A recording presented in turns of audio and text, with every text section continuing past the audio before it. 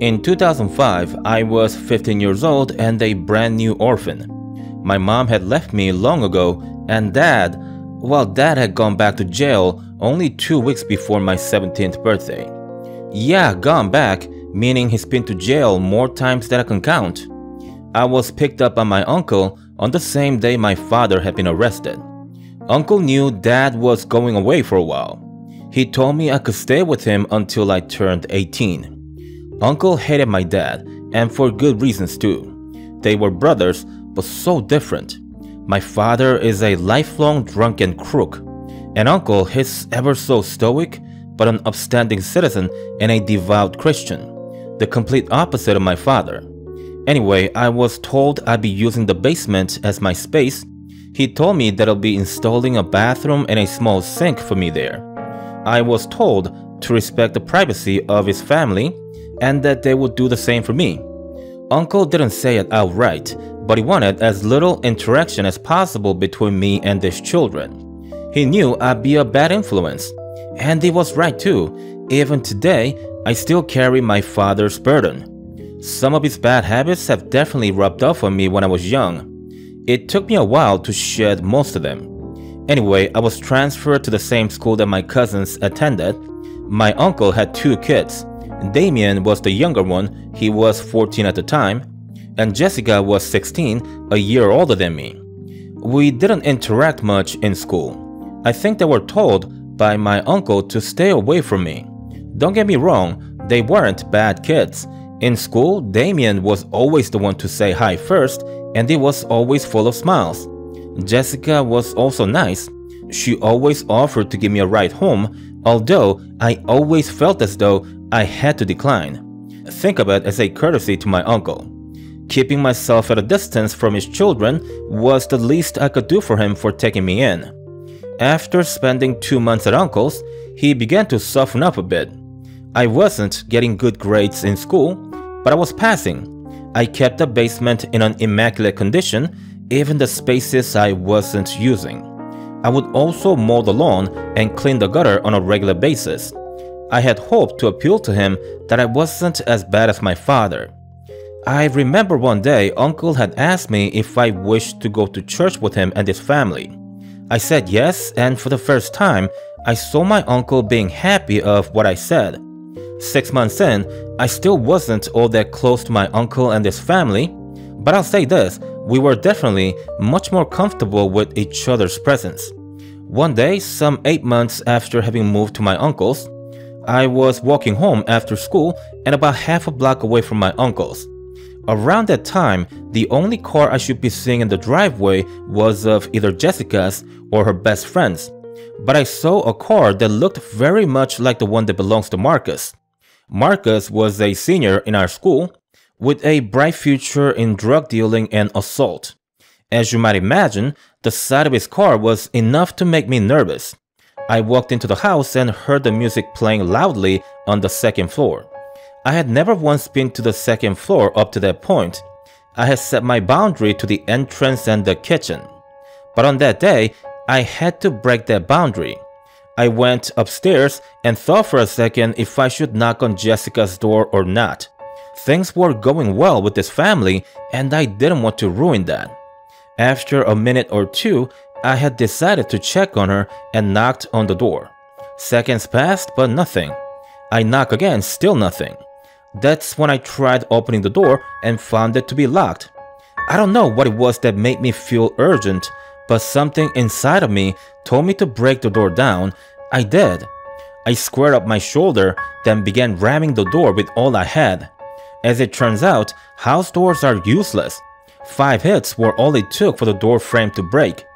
Anyhow, the door opened and I saw Jessica half naked on the bed and Marcus standing in front of her. Jessica looked to be drugged up and Marcus was ready to pounce on me. I jumped in first and began to punch the daylights out of him. I wanted to knock him out, subdue him, then call the police, but of course Marcus had other ideas. I was on top of him, landing punches after punches, when Marcus grabbed the metal statue that had fallen on the floor during the struggle and he busted my forehead open with that. I was dazed for a few seconds, and that's all it took for him to run away. By the time I chased after Marcus all the way to the front door, he was already pulling out of the driveway. I called the police right away and Uncle after that. Both me and Jessica were taken to the hospital, and neither of us were injured too badly. I had come home before Marcus could do a lot more harm to her. As for me, I had some stitches and some bruises. Nothing I couldn't handle. As it turns out, Jessica was actually dating Marcus. She was in love with him, God knows why, and he was obviously just using her. Anyway, he wanted to do it, but she didn't, so he resorted to his lowly tactics and drugged her up to have his way with her. A week went by and Marcus was still at large. Uncle had taken some time off and was staying at home with Jessica. Aunt was going to take over the care duty a week after. By this point, I was already back in school after a couple of days of rest. But Uncle had asked me if I could stay home the week after when he had to go back to work. This was for only if Marcus hadn't been caught by then. I told him that I would actually feel more comfortable with that. I too was worried about Aunt and Jessica being home by themselves. At any rate, I went to bed late that night after the talk. I felt happy that Uncle and his family saw me differently now. They really did appreciate what I had done for Jessica. I was too giddy to fall asleep. 3 hours later, the time was 2 in the morning and I was sleeping soundly. Suddenly, I felt something cold in my stomach and the sensation repeated as I woke up. I wanted to get up, but for some reason, I felt weak. Then I saw someone standing near the window in the basement. Yeah, it was a semi-basement and we had 3 medium-sized windows where I slept. I tried to get up and that's when I felt something warm on my stomach. Then I fell on the floor. The intruder ran toward the window at the far end of the corner, but he tripped while trying to climb out and kicked the toolbox that was on a desk.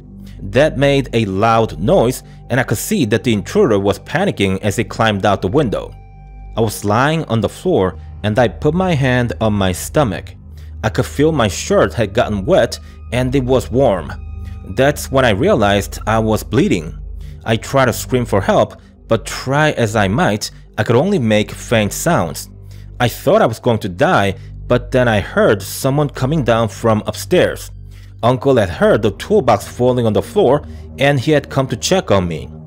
I don't remember anything after that. I had fainted and woke up in the hospital 2 days later. I guess it's obvious, but I survived the attack. It was Marcus who had attempted to murder me, and he had failed. The idiot was caught on the same night of the attack, and with him being 18, he was going to be behind bars for quite some time before he could taste freedom again. As for the specifics of the attack, I had been stabbed 7 times in the abdomen and the chest. Marcus could have easily hit something that could have killed me almost instantly, but by some miracle, all the critical organs had been spared. It took me 10 months to fully heal from the injuries.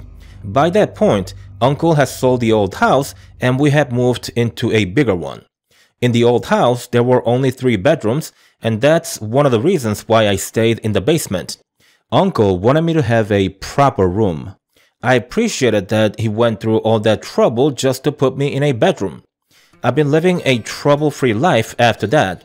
I went to a trade school after high school and learned to become a carpenter. I make a decent living running my own business and I'm currently saving up to get married next year.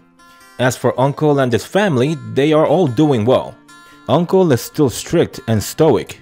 He continues to work hard and live as an upstanding citizen. Aunt retired 2 years ago and she took up a hobby in farming. Well, mini farming since it's only the backyard that's being farmed.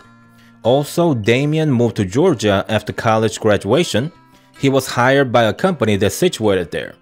Lastly, Jessica got married after college and she now has 2 kids.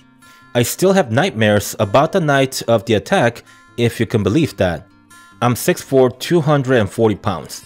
I look like a big running back and people think I'm as tough as they come. But little do they know, I often wake up in the arms of my fiancée, sweating and panting from the horrors of the night.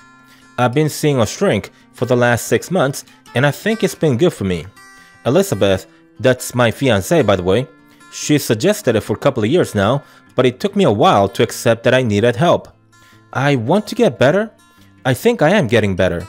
My fiancé repeats this saying to me every time I'm down. Adversity causes some men to break, others to break records. I am the byproduct of the graciousness of my uncle, aunt, and cousins. They owed me nothing, but they gave me plenty to succeed in life. I see people complain all the time how there's no hope in this world. And yet to me, to someone who's been dealt such a rotten hand, it's so apparent that there's still so much love and beauty in this world. By all means, call out those who do evil, but try to set your sight on what's good in this world. Life is so much more joyous when you live as such. I am the living proof of that.